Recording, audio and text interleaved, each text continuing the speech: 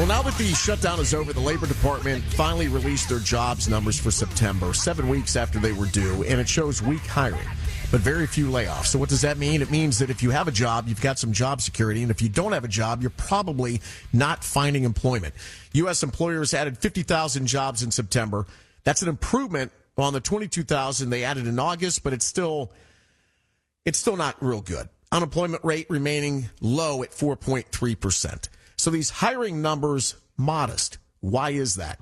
Brenda is a hiring expert. She is the president and CEO of Corporate Connections, has over 20 years of industry experience in talent acquisition. Brenda, why are these numbers mediocre at best? You know, typically this is a slower time of year. We've got the holidays coming. I know in my line of work, we see a big slowdown in companies hiring at the end of the year. Typically, they've set their budget out at the beginning of the year. They know how many seats they can fill during the year, and they'll get close to the end of the year and they'll start looking at their budget and they'll start thinking, can I put that hire off until the beginning of the next year and maybe use some budget funds in a different way? So it's not really surprising to me that you're not seeing a huge surge in hiring at this point in the year. But, I'm personally really excited by the hiring that has occurred in 2025. I think it's been a good year for job seekers. What about AI? I saw where most companies with slow entry-level hiring say it's because of artificial intelligence. Can AI get a lot of the blame for where we are, and is it going to get more blame as we get on into the future? I think that with the introduction and growth of AI, it has made a significant impact on entry-level jobs or jobs for employees with less than 5 years of experience.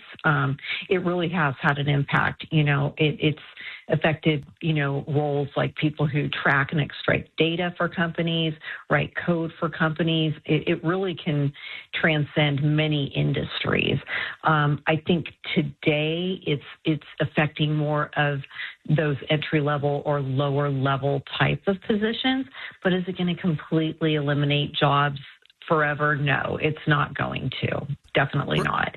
I like to tell people, think of AI as a tool, not a job eliminator. You're a hiring expert. I want to run this past you. I've had a couple of conversations recently with some people who own a restaurant. One owns a restaurant, one owns a company, and they both told me they can't find people to work.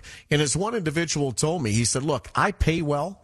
I offer 401k matches. I offer great health insurance, but I can't get people to work. And it's usually that 23 to about 35 age group. He said they come to me and they say they want to dictate their work schedules.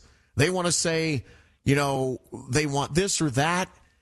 They want everything molded to them. Are you seeing that out there in the workforce these days? More of that? I have seen more of that. In fact, I was talking with someone just last week about this, and he said, Brenda, I'm at the point where I've just let these people know, look, here's the deal. If you don't like it, leave. I'll find other people. I'm not putting up with it. I think that in that age group, look, everyone during the pandemic went from being, on site in an office to working from home. They didn't have to commute. They had a little more flexibility, and they started figuring out that maybe they could take on additional work assignments. They could be a little more open to the practice of poly work. And I've found that what that is doing is it's kind of creating more of an entrepreneurial spirit in people.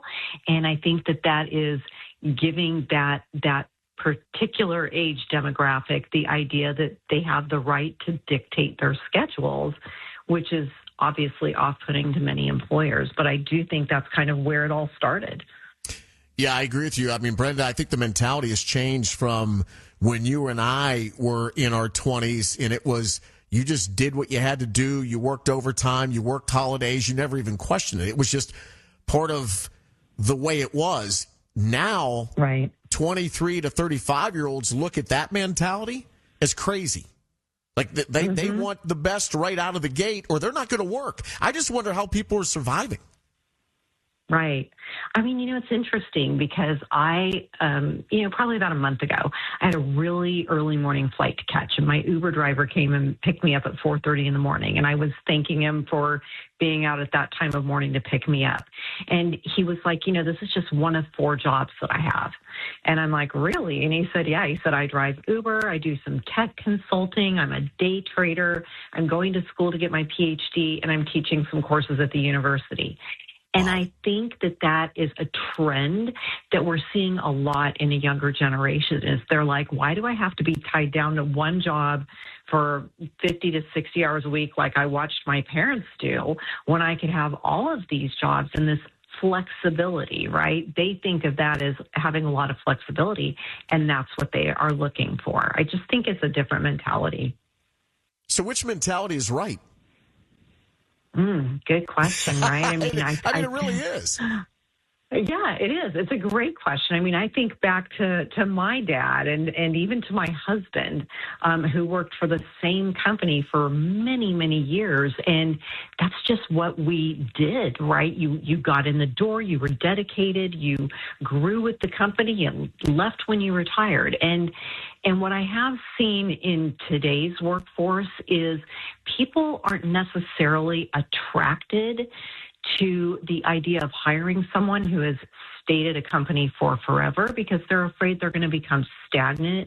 They're not going to be flexible in their thinking and open to new ideas and learning something new from a different company. So I think that while we all love the idea of that, let's just stay in it for the whole career mentality, it's not that way today. And even employers are turned off by that.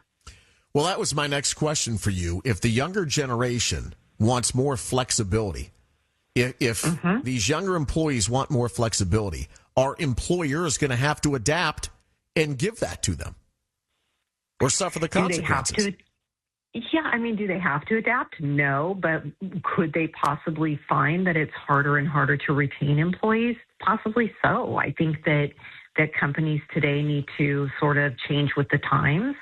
And, look, remember probably within the last 10 years when, culture was so important that companies started doing things like putting ping pong tables in break rooms, right? And smoothie machines and things like that to attract and retain talent. I think today that's not the same kind of culture that our incoming talent is looking for. They are looking for, the flexibility to, maybe work different hours or, look, I want to work, in the morning and then have a few hours off in the afternoon to be with my kids. And then I'll come back to work in the evening. And I think companies need to recognize that, times are changing. Brenda, thanks for the time and I appreciate the insight. You bet. My pleasure. Right. Thanks for having me on the show. No problem. That is Brenda Seary, hiring expert.